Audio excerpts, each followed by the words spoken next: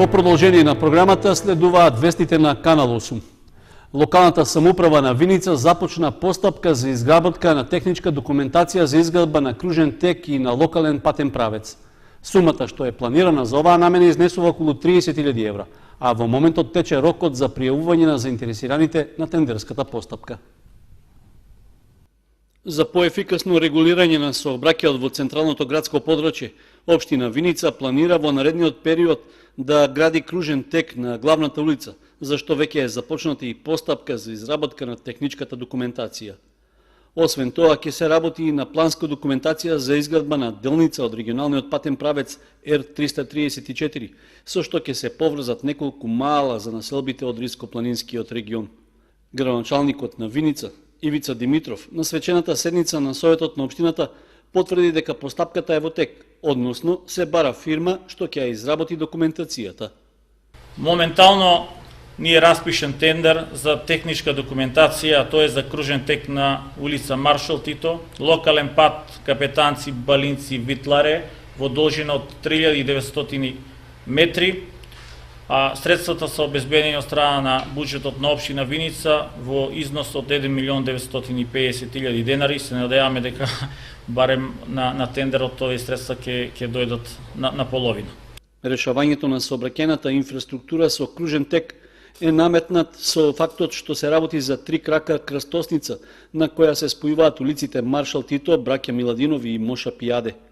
Во образложението е нагласено дека во одредени денови од неделата таа представува тесно сообраќајно грло, поради што се создаваат колони, а неретко доаѓа и до сообраќајни несреќи. Рокот за пријавување на заинтересираните фирми за изработка на техничката документација за кружниот тек и за локалниот патен правец е до 25 јули. Во текот на летниот период општина Кочани планира да го реализира задолжителното обележување на улиците со хоризонтална сигнализација. За таа намена ќе се потрошат околу 10.000 евра, за што веќе е склучен договор со изведувачот на работите. За редовното обележување на хоризонталната сигнализација на улиците во градот и во дел од населените места во општината, локалната самоуправа на Кочани ќе плати 611.000 денари, за што веќе е склучен и договор со фирмата Бојта ИНГ од Скопје. Сумата е за 15.000 денари повисока од првично планираната, откако на јавното наддавање учествувале 3 понудувачи за услугата. Со овие пари треба да се покријат трошоците за набавка на бојата, како и за работната рака на изведувачот на работите. Според техничката спецификација, од изведувачот се бара да ги обележи пешачките премини на улиците во градското подрачје, како и соодветните линии и обележувања за известување за свртување пред крстосниците и такси и автобуските постојки. Со набавениот материјал планирано е да се покријат околу 4500 метри квадратни сообраќајна површина во бела и жолта боја. Со оглед на досегашното искуство од последното обележување на хоризонталната сигнализација кога се создаваа големи колони од возила на улиците во градот, од општина Кочани е поставен и дополнителен услов, според кој боењето на пешачките премини задолжително ќе треба да се прави во 2 дена. Во техничката документација е нагласено дека првиот ден ќе се обележува едната половина од пешачкиот премин, а вториот ден другата половина, при што ќе се избегне блокирање на сообраќајот од по 4 и повеќе часа додека се суши бојата. За да биде принуден изведувачот да го почитува условот од секторот за уредување на градежното земјиште, велат дека нема да ги признаваат за завршена работа пешачките премини што ќе бидат обележани во ист ден. Обележувањето на хоризонталната сигнализација во Кочани вообичаено се прави 2 пати во годината, на пролет и во текот на летото пред почетокот на новата учебна година. Во изминатиот период имаше доста забелешки за квалитетот на извршената работа, со барања изведувачот да користи боја што потешко ќе се отстранува од коловозот. Поради тоа со тендерот за јавната набавка беше побарано од давателот на услугата да обезбеди гаранција на материјалите што се вградуваат, во поглед на содржината и рокот на траење, односно документацијата за квалитетот и гаранциите на производителот на материјалите заедно со упатствата за употреба да бидат предадени на надлежните лица во општината. Благој Петров на Основното училиште Малина Попиванова и Едита Миткова на детската градинка Павлина Вељанова се именувани за нови директори кои ќе раководат со овие образовни институции. Исто така со решение на Министерката за труд и социјална политика Мила Царовска, Кире Ковачев е назначен за директор на Меѓуопштинскиот центар за социјални работи во Кочани. Градоначалникот на општина Кочани Николчо Илиев подпиша решение со кои именува двајца нови директори на детската градинка Павлина Велјанова и на основното училиште Малина Попиванова. Во повеќе разговори со вработените со цел да се изнајде најсоодветно решение и да се испочитува законската процедура, Едита Миткова, како единствен вработен што ги исполнува условите, е именувана за вршител на должност директор на детската градинка Павлина Велјанова. На оваа раководна позиција Миткова доаѓа по оставката на директорката Лидија Серафимова, а ќе ја извршува најмногу 6 месеци, период по кој ќе биде распишан конкурс за избор на директор, а на кој ќе може да се пријави секој заинтересиран кандидат што ги исполнува условите. Илиев оценува дека е особено важно да се изврши правилен избор на директор на Кочанската градинка, затоа што во наредниот период ќе се реализира изградба на нов објект, пилот проект на градинка по европски стандарди. По истекот на рокот за вршител на должност директор во основното училиште Малина Попиванова, училишниот одбор за директор го избра Благој Петров. Одлуката на одборот да биде избран единствениот пријавен кандидат на конкурсот ја прифати градоначалникот Николчо Илиев, по добиената согласност од Министерството за финансии и Министерството за образование. Петров ќе биде директор наредните 4 години со обврска да обнови дел од потребната документација, чија важност истекува до крајот на август. Со решение на Министерката за труд и социјална политика, Мила Царовска, нов директор е именуван и на меѓуопштинскиот центар за социјални работи, а назначен е Кире Ковачев, кој доаѓа на местото на досегашната ВД директорка Сонја Андонова. Ковачев е дипломиран економист со повеќегодишно работно искуство во приватниот сектор. 21-годишна девојка од Кочани е пријавена за исчезната. Таа не се вратила дома 10 дена, поради што таткото го пријавил случајот во полиција. Инаку ова е трета пријава за исчезнување во регионот, при што уште 3 девојки се пријавени во Штип и Пробиштип. 21-годишната Ш.А. од Кочани се води како исчезната откако 10 денови никој од незините блиски роднини нема информации каде се наоѓа. Незиниот 46 годишен татко М.А. пријавил во Кочанската полициска станица дека ќерка му уште на 6 јули излегла од дома и се уште не се вратила. Според информацијата од Министерството за внатрешни работи, надлежните органи преземаат мерки за пронаоѓање, но засега се уште прибираат информации. Инаку во последните неколку дена ова е трет случај на пријавено исчезнато лице во секторот за внатрешни работи. Во понеделникот во Штипската полиција 39 годишен штипјанец пријавил дека истиот ден околу 11 часот од домот во непознат правец се оддалечила неговата 14 годишна ќерка.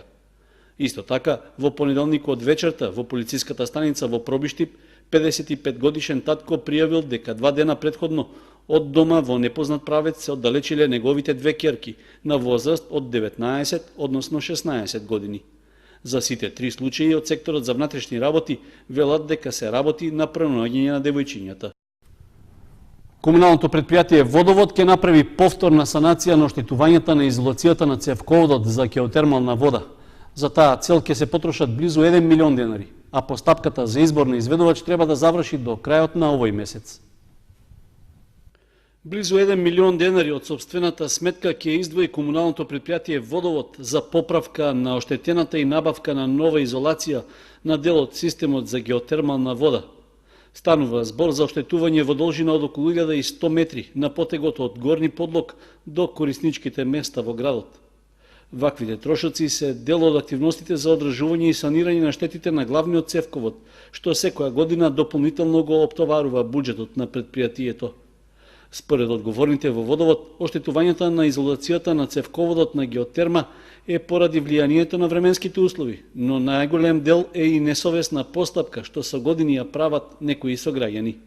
Иако повеќе пати имало апели и предупредувања да не се краде изолацијскиот лим, ова останало без поголеми ефекти. Затоа вработените во геотерма ќе мора повторно да направат трошок за обновување на уништената изолација. Иако не се работи за нова инвестиција, активноста вообичаено се повторува еднаш годишно заради одржување на целиот систем. Проблемот со оштетувањето на изолацијата е повеќе годишен и тешко се спречува, а најчесто се јавува во текот на грејната сезона и во летниот период. Веќе е објавен јавниот тендер за набавка на нов изолацијски материјал како и за изведувач на работите. Пријавувањето трае до среда. Се планира санацијата на цевководот да заврши пред почетокот на новата грејна сезона.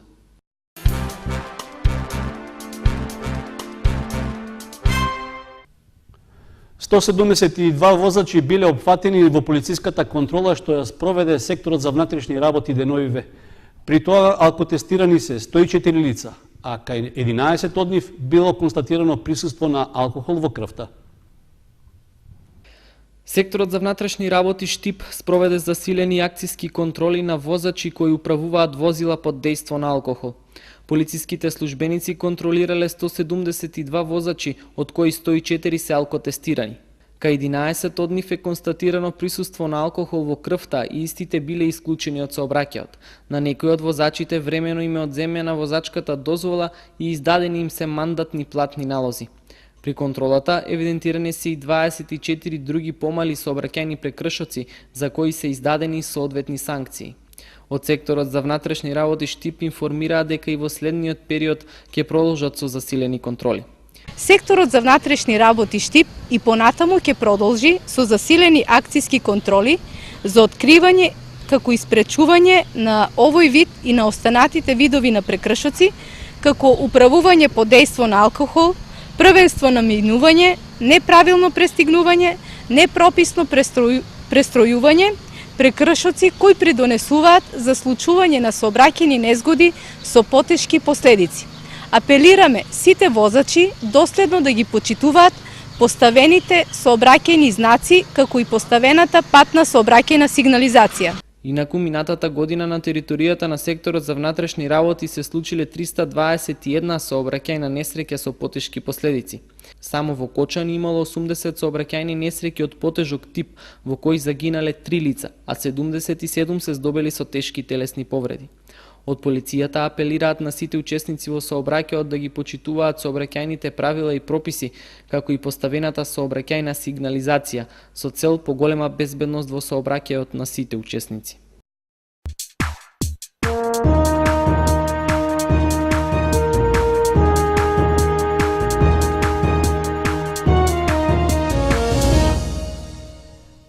При крајот на овие вести информацијата од спортот.